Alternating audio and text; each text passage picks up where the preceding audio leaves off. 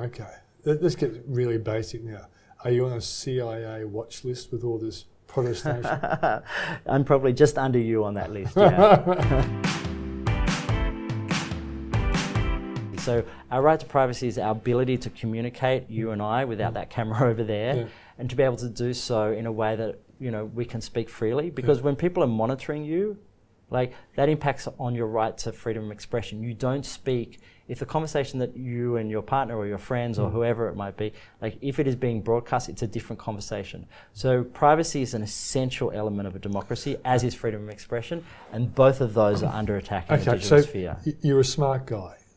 You got a law degree. Thank you. You were brilliantly taught. I know that.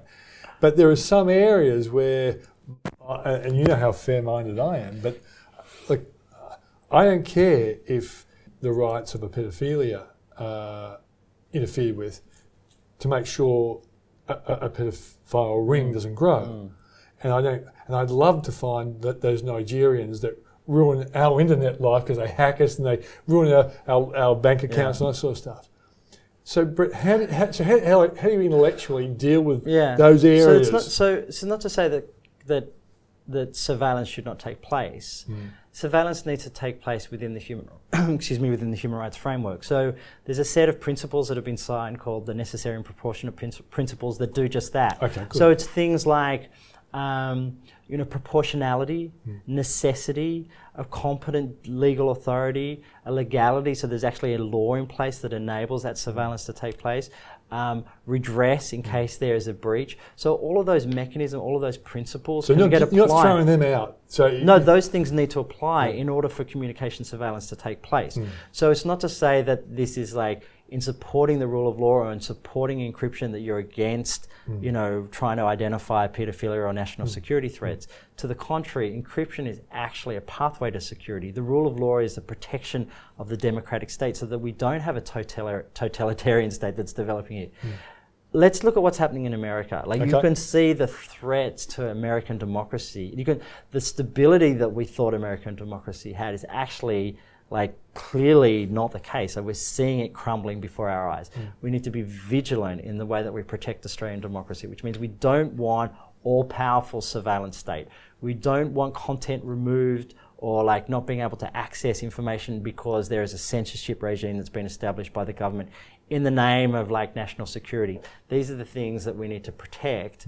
And when there are properly identified threats, then we need to use warrants, the rule of law, digital due process in order to get to them in a proper way so that we maintain democracy, but at the same time we also identify and prosecute as well. There's a criminal justice system, let's use it.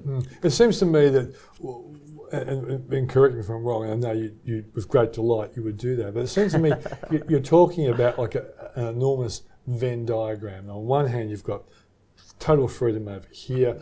On the other hand, you've got the kind of fears and reservations that make people say, we need control, we need to interfere, like the government's in encryption. But in the middle, where they cross over, that is like the sweet spot in many ways, that you're saying that you guys aren't against that kind of perfect balance between... No, but it's also much more complex and multi-level than a 2D Venn diagram.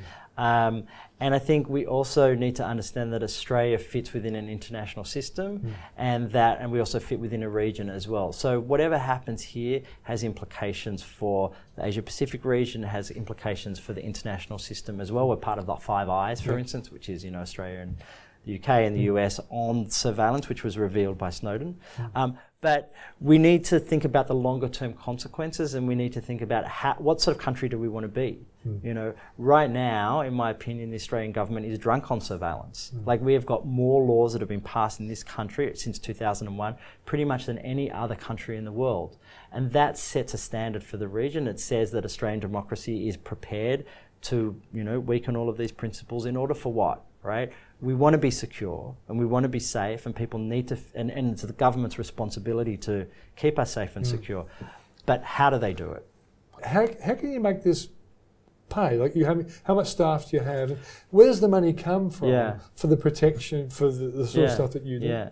So as I say, we're an international not-for-profit. We have a range of different donors. So Actually, the Swedish government is our biggest donor, Right. and they are because they've recognised they've been at the forefront of human rights protection. Yeah. They understand that human rights protection and violation has moved into the digital sphere, and so they're funding organisations like ours to protect that space. Do they give you complimentary massages as well? No, I'm sorry for being So, true. but that's fine. Yeah. And then there's like, individuals, foundations from High-tech all around the companies? world, tech companies, Facebook and Google give us money. We run a conference called RightsCon. It brings together this year 2,500 people, came from over 120 countries. Like, this is at the very front line of Is human rights Silicon Valley defense. behind you?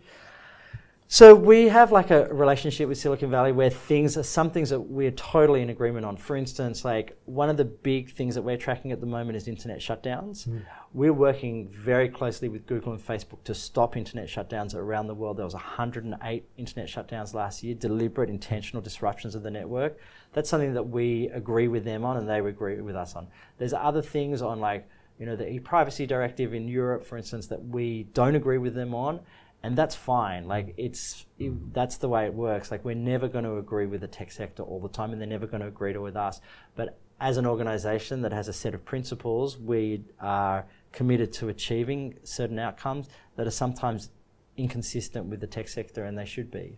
Okay. Well, one thing I would like to say is that I'm absolutely proud of what you're doing. Oh, thank you. Though I don't always agree with what you do. Vice versa.